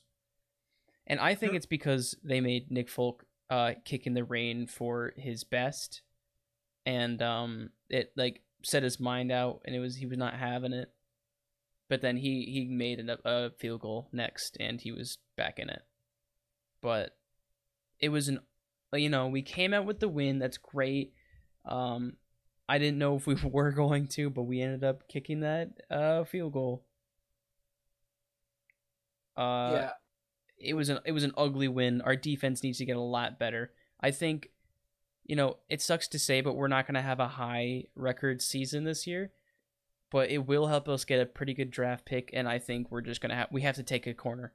We don't have a lockdown corner. I mean, oh God, what's his name? J.C. Jackson. No, well, J.C. Jackson was doing all right. No, he wasn't. He was doing all right last week. No, where's number 2? Why can't I think of his name? The Green Goblin, they call him. Oh, I don't know who this is. He was on the Eagles. Why can't I think of his name? Jesus, help me. What is this kid's name? He's a corner. He's on the Patriots? Yes. Alright, let's Golly, why can I not think of his name? This depth chart. Help me, please. I'm trying, bro. Alright, let's read off your corners. I just mean that. Jalen Mills? Yeah, Jalen Mills. Gotcha. I almost said Mills, but I wasn't like extremely confident. Yeah. Yeah, I got you. He was out for the game, which kind of sucked because he's been doing pretty good for us. We need better defense. Like our offense is doing fine. We're definitely gonna draft a receiver. But we need better defense. We could get another lineman too. That wouldn't be that bad. Yeah, I was talking with one of my friends last night, and he's like, "I think Belichick is done with Hightower," and I'm like, Hightower didn't have that great of a game. Well, he's slow, and the whole job of the middle linebacker is to be fast, so that way you can stop the run on the inside. You want to be strong and fast. I think middle linebacker is probably the most athletic position because you need to be big to stop that inside run, and you need to be fast to stop the outside run. And like that's your main role. But you also need to be able to have the agility to go into coverage. And down to Hightower, he's kind of old, kind of slow. He's in his 9th season as a linebacker, and he hit defensive players who hit guys. Mm-hmm. Their careers are shortened every hit. You might be better off, honestly, putting him at a defensive end or edge rusher position. The way he's been playing. Because if he can use power, he's still a strong guy. Yeah. If he can use his power moves and he's really good. Get through the O-line. Now that you say that, I think you're right because he's great at blitzing on the outside. Yeah. He had that in the Super Bowl he had I don't remember if he caused the ball to get out of oh geez. What Super Bowl was it? Yeah, I'm forgetting. Oh, there's so many. Must be nice, huh? It is. Fuck you. Was it I don't remember. But he had a great play where the ball was stripped and because he's great at blitzing because he's a strong guy, he can push past guys. Mm-hmm. And I think it was the Falcons. The last one. No. Our recent one was against the Rams. Oh, the Rams. I always forget the Rams one exists. Because it was Which one? I tried to block that game out of my memory. Hey, it wasn't the prettiest. That was the biggest scam of a Super Bowl I've ever seen. Yeah. That was, I don't know. The Bucs-Chiefs one was almost worse than Patriots-Rams. Anyways. Man, what a coincidence Tom Brady was in both of them. Oh yeah. But we need better defense. We almost lost to Houston. Davis Mills didn't play terrible, but it's also because our defense kind of shat the bed. And our running backs could not get to anything. You guys let Houston score 22. Yeah, we did.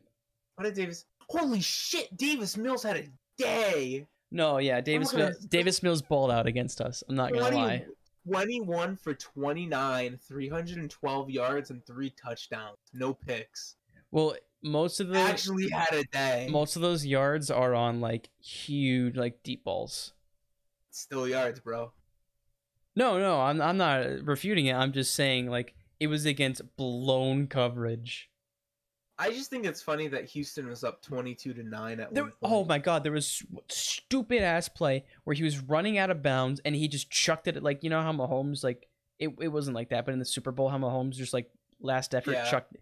He did that and he just threw it downfield and it was caught and I'm so pissed off. Oh man, and SportsCenter's not going to show it because it's Houston. It was awful. That's funny. Final game that we didn't watch before this episode. Oh wait, no, can I go back on Mac Jones real quick? Yeah, go ahead. Mac Jones has had one bad game. And I think if he didn't have the game against New Orleans that he did, he would be easily easily considered the best rookie by far. You wouldn't say His he's the best rookie or rookie quarterback? I'm saying rookie quarterback. Well, rookie actually. No, I'm saying I think he probably would be considered the best rookie if he didn't have this New Orleans performance.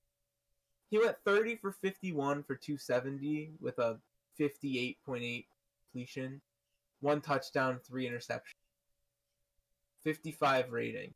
If he didn't have that game, It wasn't a great game.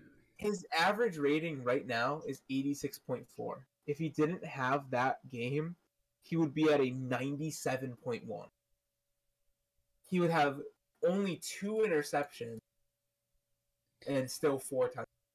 We almost won that game too. We just could not against the New Orleans. Yeah. We just could not get in the we got in the red zone and we just couldn't convert. We couldn't get in the end zone. His average his completion percentage right now is 71.1. Had that game not happened, it'd probably be around 75, 76. So I think if that game hadn't happened, Mac Jones is averaging a 97 passer rating, 75% completion.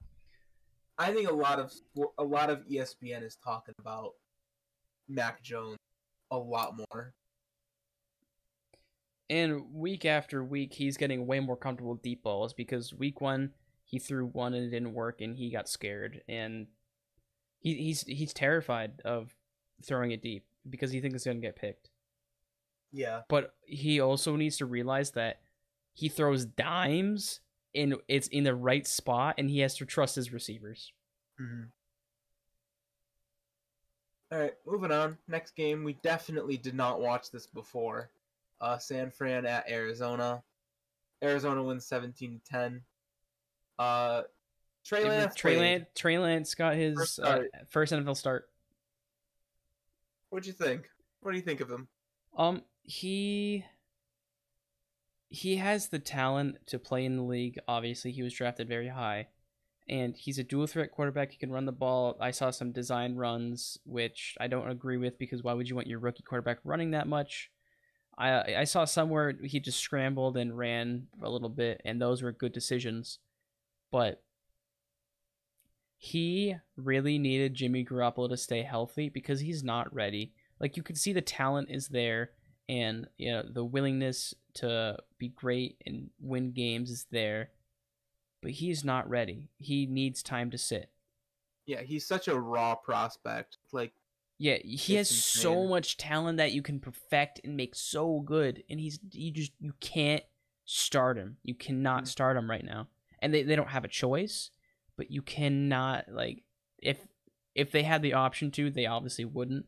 They kept putting him in a couple plays here and there, but I hate seeing him being put in. I hate. Yeah. It's great because everybody wants every player in the draft to play right away, and quarterbacks, if you want them to be a franchise guy, you have to sit them and you have to make them learn for a little bit before they're ready. And it's just, again, we talk about this all the time because Justin Herbert, he balled out his rookie year, and now everybody's like, rookie should be ready. And I get the idea, but it's just not true because the quarterback position, not to say that every position isn't hard. I feel like the quarterback position is so much. Because you have to be so smart, you have to be so talented, and you have to do so much that not every position has to do. And Trey Lance actually did get injured in this game. He did? He had he had an MRI on Monday. He's not expected to miss a lot. It was a knee sprain. Oh. But he took a lot of hits. Which he's just got to learn, throw the ball away, and maybe you'll get a call 15 on one of those, knowing NFL refs. But they're lucky they're going into the bye week. Because if they had to play either an somewhat injured Lance or a somewhat injured Garoppolo, I don't know. And I think Garoppolo's still injured. Somewhat, he's questionable. He's not 100%, but he's questionable. But I don't know. Playing Lance is still just so risky. It is. I want him to succeed. You always want to see guys succeed, And for him to succeed, he needs to sit and learn. And Yeah. it's just the San Fran, it's just their players get injured too often. It's just how the culture honestly is there. That's just what happens. Yeah. And we'll get into injuries in a little bit. So we have a small segment on it. Probably won't take too long. But Arizona's look good. Oh, of course. There were so many great catches. They're only 5-0 team. Could they go 17-0? No. I say they could. No. I don't think they will, but they could. No. Why not? Their schedule. They have to play the Rams again, and they play the Packers and the Browns at some point. So, and they still play the Seahawks twice, and the Seahawks, they're not a bad team. They have upset potential, but oh, we never even talked about Geno Smith. We'll get to it later. He played all right. I don't think Seattle fans were too upset. He only played for like a quarter and a half, not even. But yeah, Arizona's look good. Everything is clicking for them. Offense looks spectacular with Kyler Murray. Their defense looks really good with Buda Baker in the backfield and J.J. Watt and Chandler Jones up front. There's not much to say about them. They're just a really solid football team. Yeah. And that brings us to predictions. So, we both went 12-4 this week. I think we both missed out on Carolina and what other game? We both missed out on Carolina and Vegas. Yeah. Yeah. And then I was wrong about you were wrong. Saints and Lions. You were wrong about no, I don't know. I said the football team would win and the Lions would win. You're wrong about Saints and Pittsburgh winning. I was wrong about or Saints and whatever. I was wrong about Denver and the Giants. I thought the Giants had it. They didn't. So, that leaves no perfects, by the way. No one guessed a perfect score. So Nacho's 20-2 or 20-12. I'm 22-10. 2 games up. So let's get into some injuries. I saw a couple things that are like, why are there so many injuries this year, and should we get rid of the turf field because it's possible causation? I have a lot to say about that. But go off on turf fields real quick.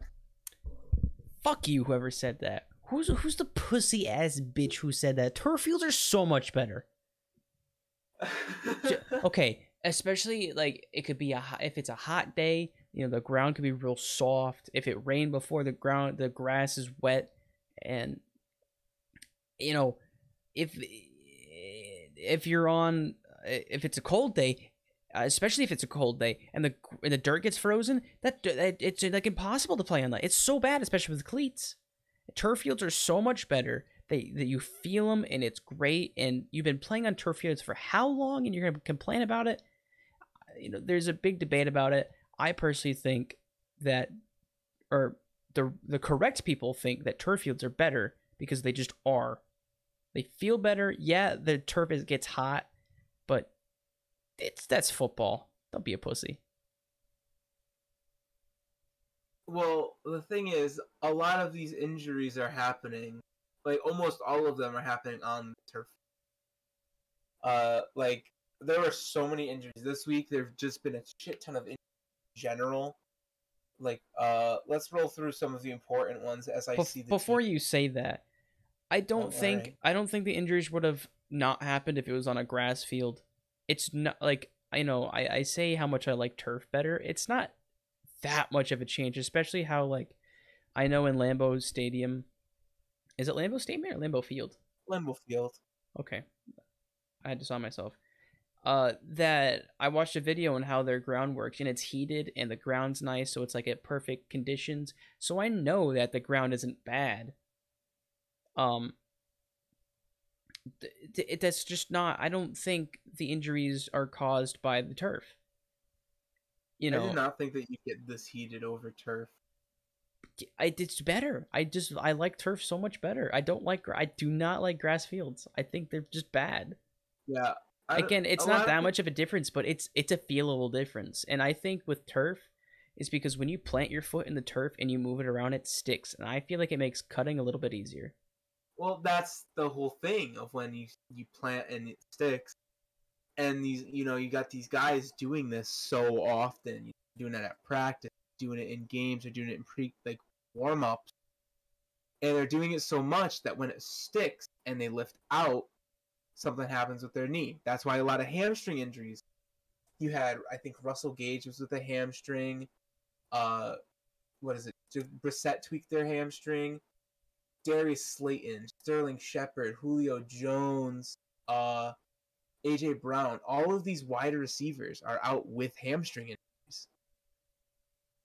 And, it's just speculation, but it could be because of, But also, planting on a turf field. think of how many years Julio Jones has been playing on a turf field. Think of how long people have been playing on turf fields, and like, what this year has been a crazy year for injuries. It's not like this. Last year was a crazy year too. The past few years, it's just there's been a lot more injuries. Remember, like week 2 last year when everyone went down? Yeah, I guess. Half the Niners organization went down. And that's just because they're the Niners. But like, It doesn't. I said it sticks, but it doesn't stick that much. I don't know. But when you're doing it 40 whatever times a game, times a day, I get it for every day. I don't think it's that big of a problem. It's just an argument for, debate. I saw something about it, so I'm like, ooh, this would be fun to talk about. I think it's wrong. But personally, I like just honestly, just my experience playing on both fields, I don't feel like it's the cause. I just don't. All right. Well, you heard it here first. Nacho doesn't believe in turf field hate. Yeah, I have love for turf fields. They're just nicer. They hurt more though. Yeah. Yeah, turf burn sucks. Like you slide across turf the wrong way. Ugh. Well, that's the thing. Like you stomp on a grass field enough, and it'll eventually the dirt will start coming up, and that's when they suck. Yeah. But I guess like when you first start playing, and it's you just like you stomp in the grass instead of going into the dirt. Okay. But also, linemen tearing up the grass all the time. You're gonna have to run over where the linemen are going. Yeah. Eventually, so turf fixes itself. It's good. If you like grass, fuck you. Okay. Let's get into our previews and predictions. So, 4 teams will have a bye week starting from now until like week 13, I think. 14 maybe. I don't know. But 4 teams get a bye week. This week it's Saints, Niners, Jets, and Falcons. The Jets and Falcons are in England right now because London game. So they're having fun over there. And the Niners are attempting to recover, and the Saints are just chilling. First game, Thursday night. Tampa Bay, 7-point favorites at Philly. Who you got? Oh. With the way Tom Brady's been balling out, I don't think it's going to be... I'll just put Tampa Bay 14. Tampa Bay 14? Yeah.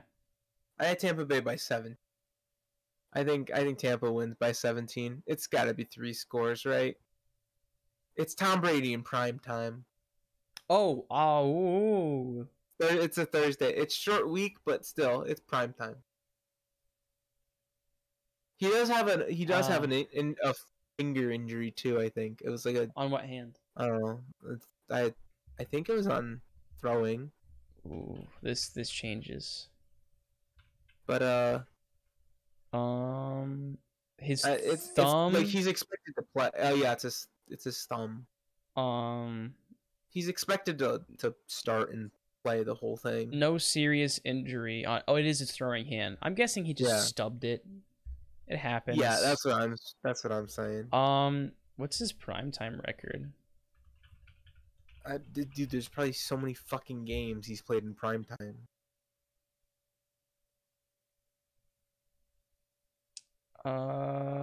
Ooh. He's playing Philly. Does it really even matter? Okay. Cause I kind of want to say 21 now. 21. Oh, okay. I kind of, cause he's been balling out. What have the Eagles done this season other than this past game? I don't remember. Other than Carolina, they beat someone else. Who'd you beat? You beat the Falcons? Yeah, they beat the Falcons week 1. Lost Niners, kind of close. Lost Cowboys. Last Cowboys by 21 Tampa Bay. 21 Tampa Bay. Final 21 answer. Tampa Bay. All right. Nice. All right. Oh fuck! I hit my mic again. God damn it! All right. The next London game, they're sending 2 bad teams over. Oh yeah. Miami and Jacksonville. How much you got Miami by? Oh man, because I think Jacksonville could actually win this game. No. I can see it happening. Think of how they played against the Bengals. I can see it happening. I don't think it's gonna happen. Yeah. How they played against the Bengals. What about how they just played against the Titans? They got fucking stomped by a team that's like everyone's like, oh, they're regressing hard. They got stomped. Let's go Duval. Jacksonville by 7. No way, bro. Jacksonville by 3. Jacksonville by 3? Yeah, you keep lowering that number. Why is that? Jacksonville by 1. Yeah. No way, bro. You're done. Oh, what if I say Jacksonville by 2? You want to lose. Jacksonville by a safety. Hell yeah. I'm with it. Jacksonville by a game-winning field goal. Let's go, Duval. Yeah? Yeah. All right. Fuck you, Dolphins. All right, next up. Rams, Giants. How much you gonna lose by? How much are we gonna lose by? What was your score? Last game? What was the score? We lost to Dallas 44-20.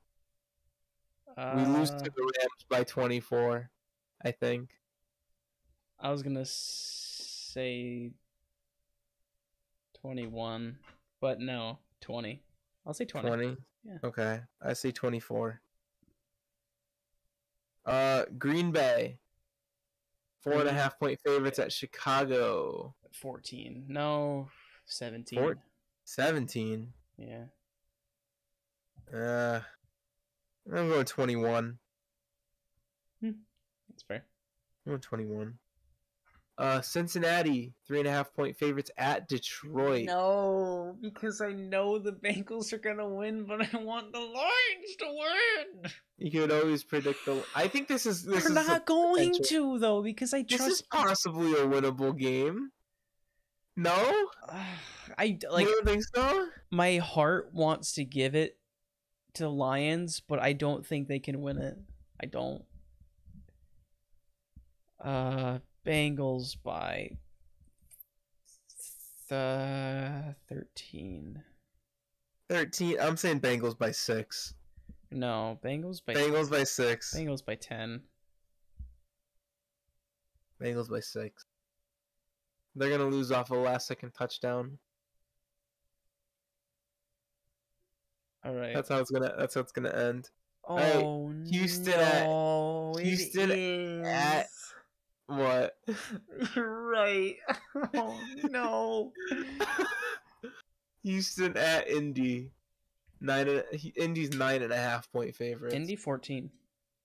Indy 14. Yep. Indy 17. You know, I don't think Houston. I don't know. Houston's not keeping that momentum. No, they lost momentum. I don't know. Kansas City 7-point favorites at the football team. How much you got? What do you got? Football team. Win a whole game. Yeah, I knew you were gonna say that. I was gonna say how much you got the Chiefs by, and then realize you're gonna be like, oh, that's winnable. No. Chiefs by 13. Chiefs by 14. I'll go one over you. Oh damn, that's tragic. Minnesota 1-point favorites at Carolina. Carolina 14. Carolina 14? Hell yeah. Wow. No, Carolina 10. You know what? I'm gonna go Minnesota 10. Okay. I think Minnesota wins this game. They're gonna get some momentum going. This is gonna be a good fucking game. Chargers at Baltimore. That certainly was a game. Can't wait for. I cannot wait for this segment. I don't think it's gonna be this one this time. I think this is gonna be a solid, good game because the Chargers are going to win by 11. Oh, that's such a weird football score. What's it like? What is it gonna be? Is it gonna be 21-10? It's. Yeah, sure. Okay. I don't know. I'm gonna pick Chargers by 7. The only thing that got me off is Baltimore's at home, and they have so much momentum. So do the Chargers. So yeah, whatever. All right, moving into the 4:00 games. Arizona at Cleveland. Cleveland favored by 2.5 points. No. I disagree as well. Arizona, honestly, just Arizona by 7. It's going to be a good game. Arizona's going to get a touchdown, and they're going to defend with a couple minutes left, and they're not going to let them. Cleveland always plays close, and Arizona, fourth quarter shenanigans. Arizona by 3. Yeah. I think it's a close game. All right. Vegas at Denver. Golly, this is so weird because they're both eh.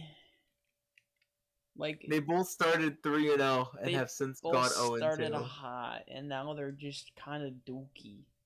But Vegas by golly, 10. Vegas by 10? Yeah. I got Denver by 6. I think Vegas is going to implode. And it's going to be funny. Yeah, all right. They put Drew Lock out there, then I changed my score to 40. Yeah. You're going to go Denver by 40? I don't even like the Broncos. But you do like the Patriots, and they're home against Dallas this week. Oh, no. Who you got? Come on, man. Who you got? Fucking Texas teams. Who you got? I say Dallas New England by 3. New England by 3? I said Dallas by 17. Fuck you. That's mean. It's not mean if it's true. Shut up! I don't want to hear it. Seattle, the eternal Geno Smith. about to play against Seattle by 17. Seattle by 17? Jesus fuck, I'm gonna say Seattle by 6. Geno Smith's gonna have a day.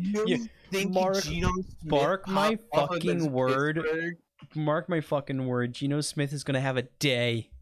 Oh my god, if he does, you're never gonna live that down. No, I am not. Alright, finally Monday Night Football. Buffalo 5.5-point favorites at Tennessee. Who is this idiot that didn't put 30-point favorites against Tennessee?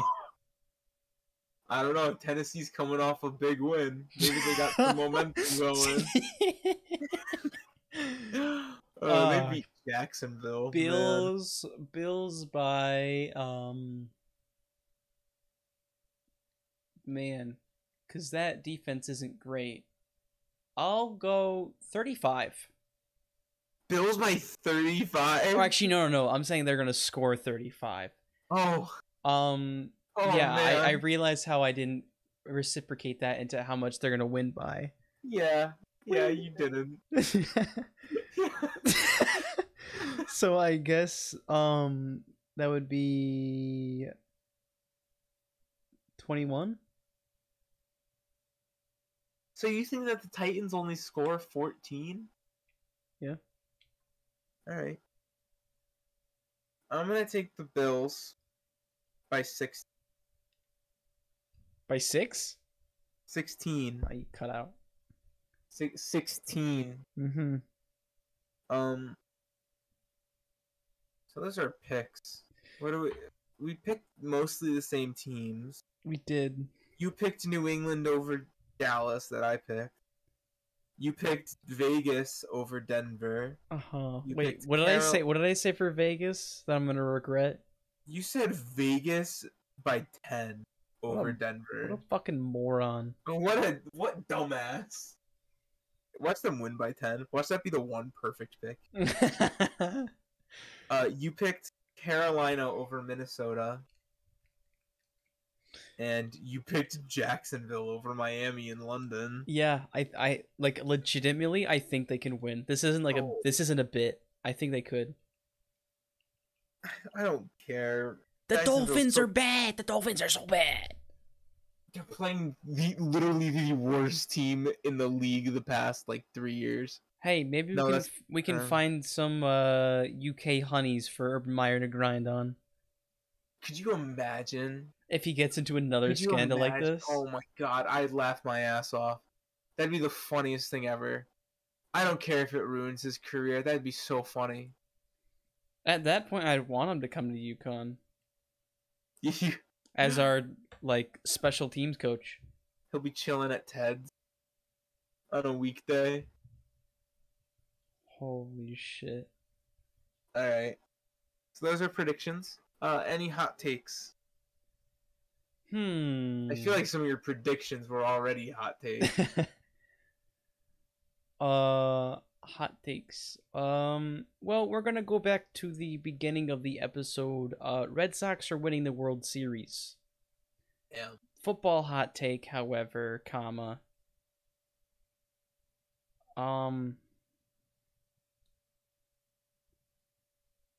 yeah, I don't know that there's anything hot coming out of this week. Honestly, it's not a lot of hot. It's a lot of what the fuck. A lot of what the fuck. Yeah. Hot take. Minimal injuries this week. Boy, will you be wrong. Minimal injuries. Not a lot of people getting hurt. Mostly because it's already half the league's already backups. Damn, Seattle Kraken is losing by 2 to Vegas. Yikes. At the start of the second.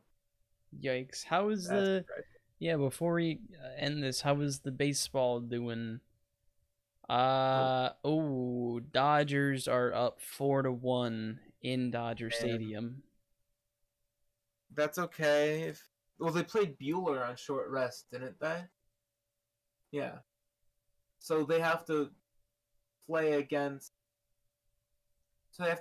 in San Fran without Bueller or Scherzer. I don't think they have Urias either. The Giants they went up 2-0, didn't they? No, they were 1-1. Oh, never mind then. I thought they won the first 2 games. Yeah, they were 1-1, and then they won once Dodger Stadium. Hmm. But like, who are